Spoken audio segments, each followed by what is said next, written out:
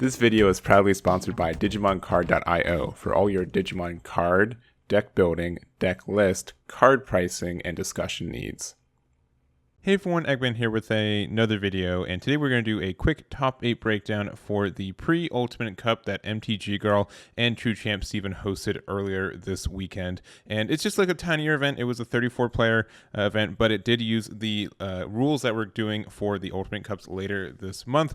And especially since this is kind of like a unique format that only North America has ever had, I kind of just wanted to do a couple of events and just get a couple of deck lists out there for people who are interested in playing in the event and kind of doing well with it. So big shouts to MTG Girl and True Champion Steven for hosting it as well as giving me these deck lists to give to you guys. I'm really excited to kind of go over them. So again, if you guys don't know how this format works, essentially you have to have mono color decks. At least you have to have one color on all cards in your deck. So even if they're like half and half, they all have to have the same primary color. And then there also is this restriction list of Grand Quagga to 1, Chaos Degradation to 1, and then Band of Death X, Werguru X, and Cerberus Werewolf mode as well. So that's kind of the quick going on into it, and seeing this top 8 here, we do see that green's doing very, very well. We had 3 Bloomlord Mon, with one of them taking the event, 2 yellow hybrids, 2 Grandis, which I'm surprised Grandis is still doing well, but if you guys look at the deck list that will run, it looks really cool how strong it is still, even if I don't particularly like Grandis anyways.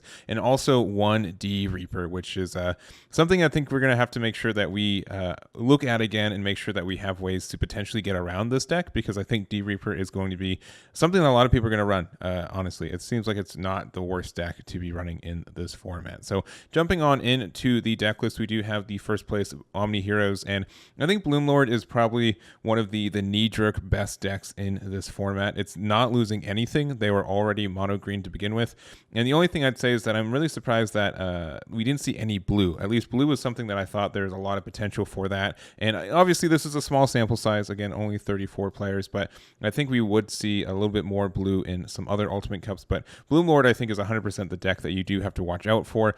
It's a deck that people already know how to build monocolor anyways, and so people are going to be playing it like that anyways. It's just like the established deck that without a lot of testing, I think is something that you already know is kind of strong. So obviously, kind of the main deck for it is we do have the Palmon here, and just your regular rookies, all your vegetation and plants here. Running the 2 of the Petriform as well from EX3. So your turn, when you would play Green Digimon by suspending this Digimon, reduce the cost by 1, and then also inherited once per turn. When it affects suspends one of your Digimon, suspend one of your opponents. So kind of just like an extension of the Palmon your turn card effect, but it's inheritable as well. And it's kind of like the regular package that we've been seeing a lot of the time. So Bloomlord and Hydra are very good. And I think the other thing too is like a lot of the threats that would punish a wide board, including stuff like Death Xmon and like Wargrey X and some other stuff, those really aren't as prevalent or not as like understood in the format like this. So again, I think Bloomlord is something that if you are just a fan of green and you want like an easier deck, you don't have to really worry on like deck building as much, this is kind of the deck for you there. So congrats to Omnihero for their first place in this event. And next up, we do have Zero's second place yellow hybrid. And this is kind of like a blast to the past for me. I'm always been a kind of a big fan of yellow hybrid, and it's just in general. I know that Jet Selfimon, a lot of people didn't like this card. It's down to 1, and as soon as that did, a lot of people kind of left the format for at least stop playing with yellow hybrid. But I think it's something that's still very good in a lot of ways, and it's just weird that people cycled away from it as much as they did, even though like I know Jet Sophie did carry the deck a lot. So going on into a build like this, though, it's kind of like what we expect, kind of like the pseudo security control, a lot of tamers for what we are, and kind of running the Rise Gray package and Shine package as well. So not a lot of rookies, but we are running the Patamon and Labramons. We're also running the Rapidmons.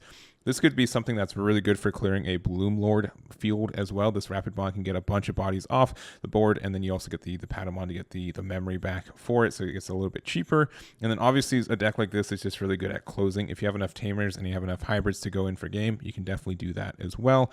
And you can go even tall with Rise Gray into Shine Gray or the Venusmon here as a way to kind of stall. The only thing with something like this is that we obviously don't have any level 7s for this build, just because most of the level 7s are just white and we can't use those in the decks. So that's something. Obviously, Sunrise Buster at 1. Also, we can't do anything, but you can again see like even though there's these multicolored colors, as long as they have yellow on them, we are fine there. So I think the deck's good. I also would say that I would think blue hybrid is pretty good in this format too. That's one of the decks that I've been kind of experimenting with as well, the blue counterpart. So it's going to be interesting to see what else people kind of develop for these metas. So congrats again to Zero for their second place with this yellow hybrid. And next up we have Brent Sosa, Arizona native here with this Grandis. And something like Grandis immediately was like, oh, well, they get Grand Quagamon to 1. This one right here, obviously how's the deck going to function? How are you going to play it with only 1? And the way you do it is you still just use the Kokuagamon inheritable, just gains security attack +1 inherently. And that's still really good for what this Grandis Quagamon does anyways. So being able to do that, you use just the Grand Quagamon from the starter deck 9 as well to just have another target for your Grandis, and it's still a really, really strong deck in a lot of ways. Like even like against, I would assume like a lot of games, like you don't even see the Grand Quagamon promo. You still just go up the lines with the other ones, and Grandis is still strong enough to kind of carry the games, which are very, very strong. So otherwise, pretty standard from there. Most of the rookies are the Quagamon though, so the Quagamon X does have a little bit more targets. Obviously, you can't run X antibody in this build or in pretty much any other build except for maybe the one we're going to talk about right after this. But going on into the Refilzimon as well, this is really nice to have this Digiburst for 2. All of your Digimon get +2, and then once per turn, when one of your Digimon activates Digiburst, one of your opponent's Digimon can't attack or block until the end of your opponent's next turn. So being able to use this effect as well. You can Digivolve it for 1 on top of a Grandis. If you had any like security attack effects still lingering, it would still affect here, and it's very nice. The only thing is that like you have to keep it your turn, which isn't too hard when Digivolving on top of another level 6, but I think it is a good way to not only be offensive, but also defensive. Just being able to get that stun in a deck like this, I think can be very good as well. So congrats to Brent on their 5th place finish there. And to wrap it up, we do have Roshuno's 8th place D Reaper. We were talking about this a minute ago, but this is just like an easy peasy like mono white build. There were builds before that would kind of splash in other colors, but this deck was just made to just run all the pieces you already had and just kind of go for it. So first though, 26 searchers is literally half your deck, like 26 out of 50 cards, and that is a lot of searchers. Like I would normally see it max out at like 20 a lot of the time, but man, there's no way you don't see this like every game, at least 1 or 2, which is incredible. You are running X antibody in this build too, just because you get another kind of source for your mother in a lot of ways, which is great for this deck. You don't really mind running white in this and just everything else with it, and then just pretty much all the regular usual targets. Gatekeeper is still like one of the strongest cards in the game that can like at least like floodgates, even though it's like really, really restricted to this only archetype here. The fact that you can use it to just say, hey, if you don't have security attack +1, you just can't do anything about it. Like, and you can get rid of it. There are some more ways I'd say to get rid of it, especially I think Bloomlord has some ways. Like they can still like Hydra, return 1 to the bottom of your owner's deck. So there's more removal than like there used to be, but the fact that none of these cards have level can be like a little bit messy and a little bit tricky to deal with for some archetypes.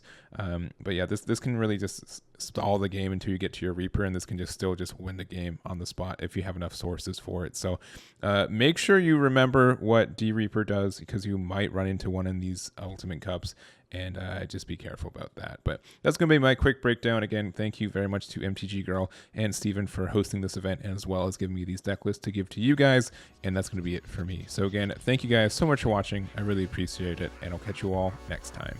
Damn it.